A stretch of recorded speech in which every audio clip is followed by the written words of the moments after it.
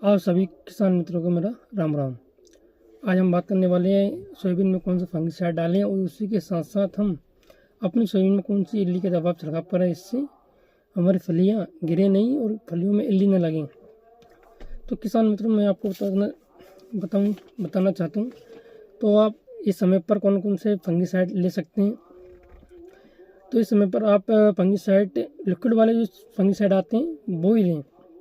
और जो मैंने फंगिसाइड यूज किए हैं, मैं आपको उनका नाम भी बता देता हूँ जो मैंने यूज किए हैं। जो अदामा कोर से आता है, समीर और कस्टोडिया, और टाटा का आयान आता है, BSF का प्रियक्सर आता है, सिजेंटा का अमिस्टार आता है, और बायर का एलिट आता है, और धनुका की ओर से कोडिवा सुपर स्टार आता है।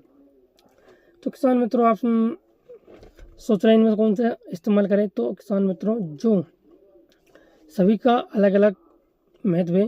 अगर आपकी फसल बिल्कुल स्वस्थ है और अच्छी दिख रही है तो किसान मित्रों, आप किसी भी कंपनी का फंगिसाइड लें और अच्छा लें, और सस्ता वाला भी ले सकते हैं, क्योंकि उसमें कोई ऐसी आवश्यकता नहीं होती है कि आप अच्छा वाले लें और महंगा लें। आप अच्छा, थोड़ा अच्छा भी हो और सस्ता भी हो तो आप वो भी डाल सकते हैं, वो भी अच्छा कामयाब रहेगा, क्योंकि फसल बिल्कुल स्वस्थ होती है। उस टाइम पर हमें ज़्यादा महंगे दवाइयों का छिड़काव करने की कोई ज़रूरत भी नहीं है, ज़्यादा हेवी टेक्निक डालने की कोई ज़रूरत नहीं है। और इसी के साथ साथ किसान मित्रों, आप इल्ली की दवाई के लिए आप एपीएमसी के कोरजन ले सकते हैं, और या फिर बाराजाइड, और बायर की तरफ से सिजेंटा की आती है वो एम्पलीगो वगैरह ले सकते हैं। अगर आपके खेतों में इल्ली का प्रकोप बहुत ही कम है तो ऐसी अवस्था में आप कोराजन ले सकते हैं, या फिर उसके स्थान पर अदामा की कोशियार आती है किसान मित्रों, वो सस्ती भी पड़ती है। और इसी कोरियन का जो कोशियार आती है उसके साथ आप फाइल्ड करने के लिए, मतलब साथ में और मिलाने के लिए आप साइलेंथ्रोन प्रोपेनोफास भी ले सकते हैं, या फिर इमामेक्टिन भी डाल सकते हैं।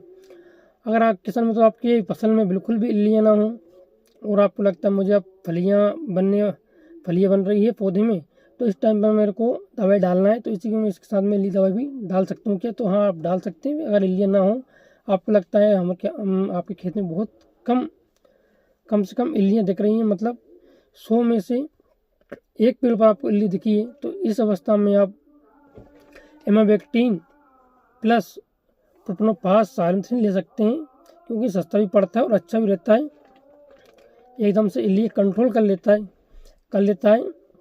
पर किसान मतलब ज़्यादातर इसका कंट्रोल नहीं हो पाता। ये 8 से 10 दिन तक के लिए ही कंट्रोल कर पाती है दोनों दवाइयाँ।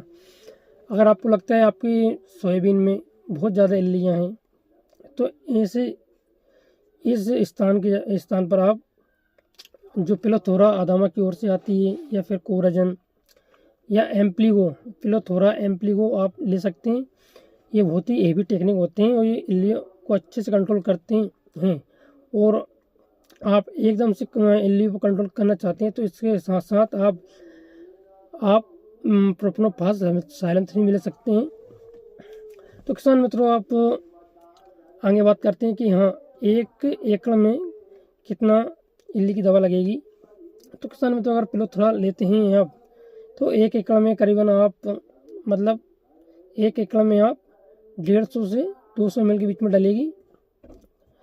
अगर आप बीघा के हिसाब से देखते हैं तो 150 ml करीबन 3 से 4 बीघा में जाएगी किसान मित्रों। अगर 1 लीटर पूरी पैक का मतलब समझे तो आप 1 बीघा में करीबन 10 से 12 बीघा में आप पिलोथोरा को डाल सकते हैं। एम्प्लीगो को भी 12 से 14 बीघा या 15 बीघा के डाल सकते हैं। अगर आपको लगता है कि आपके फसल में कोई भी ऐसे इल्ली नहीं दिख रही हैं, तो आप कोरन जो सस्ती पड़ती है, या फिर कोशियार भी सस्ती पड़ती है, जो सिंगल टेक्निक आते हैं वो दवाई लें, और उसी के साथ में आप इमामेक्टिन वगैरह या फिर साइलेंथ्रिन प्रोपेनोफास ले सकते हैं।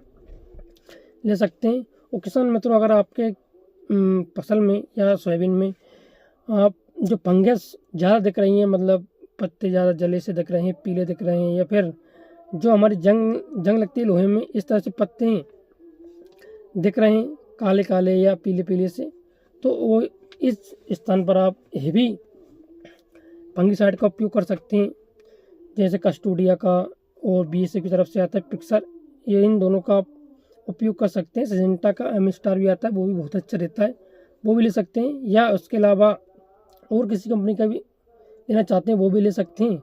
पर किसान मतलब जो कंपनी रिकमेंड करती है उतना ही डालें, ज़्यादा ना डालें, क्योंकि फिर कंट्रोल अच्छे से नहीं हो पाता है और जो फंगस है डालने के बाद वहीं की वहीं रुक जाता है, जिन पौधों पर लग जाता है वहीं रुक जाता है और आगे नहीं बढ़ पाता है।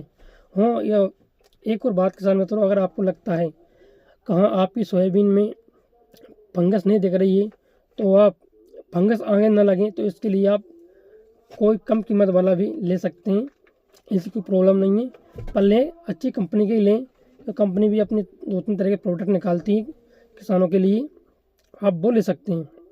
तो किसान मित्रों, आपको हमारी जानकारी कैसी लगी तो हमारे इस वीडियो को लाइक करें और हमारे इस चैनल को सब्सक्राइब करें। जय राम जी।